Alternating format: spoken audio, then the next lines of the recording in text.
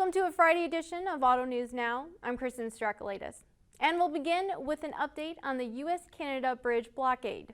The ongoing blockade on the Windsor, Ontario side of the Ambassador Bridge continues to wreak havoc with parts and vehicle output. Nearly every Canadian auto supplier has ceased building parts for the time being. That according to the Automotive Parts Manufacturers Association. However, 4 trucks containing supplies for General Motors' Spring Hill assembly plant in Tennessee crossed the bridge on Thursday. That according to a UAW shop chair. And GM today trimmed production at Flint Assembly in Michigan and Cami Assembly in Ontario due to part shortages. Meanwhile, Ford saying today that its Ohio assembly plant is down due to the border situation and that its factories in Ontario are running at reduced capacity. Assembly at some Toyota, Stellantis, and Honda plants also impacted by the situation. Meanwhile, Ontario Premier Doug Ford declared a state of emergency in response to the blockade, now in its 5th day. The demonstrators oppose, among other things, vaccine requirements for cross-border truck drivers. Canadian authorities plan to enact temporary orders that will fine protesters blocking the bridge up to $100,000 and sentence them up to a year in jail. The Ambassador Bridge links Detroit and Windsor. It handles about 25% of U.S.-Canadian trade. For more, visit autonews.com. Mercedes-Benz Group says its preliminary 2021 earnings beat guidance.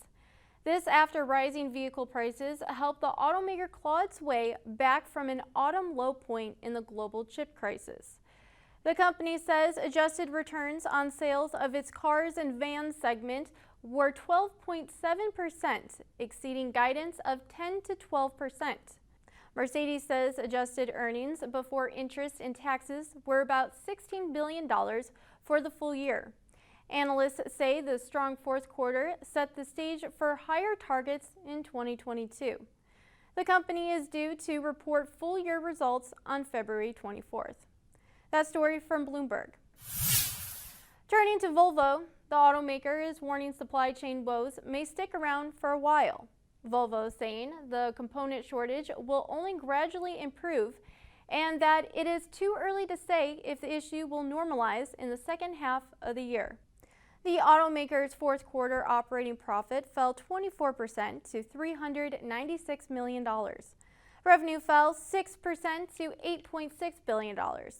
For the full year, Volvo notched a profit of $2.2 billion. BMW says taking over its Chinese joint venture will bolster earnings by as much as $9.1 billion. Chinese authorities gave the automaker permission to raise its stake in the business with Brilliance Auto Group from 50% to 75%. BMW paid $4.2 billion to make the move. And on the retail front, Jeff Wylie Automotive family has acquired 7 dealerships from Superior Automotive Group. The move is Ohio-based, Wylie's largest ever acquisition. The transaction closed Thursday.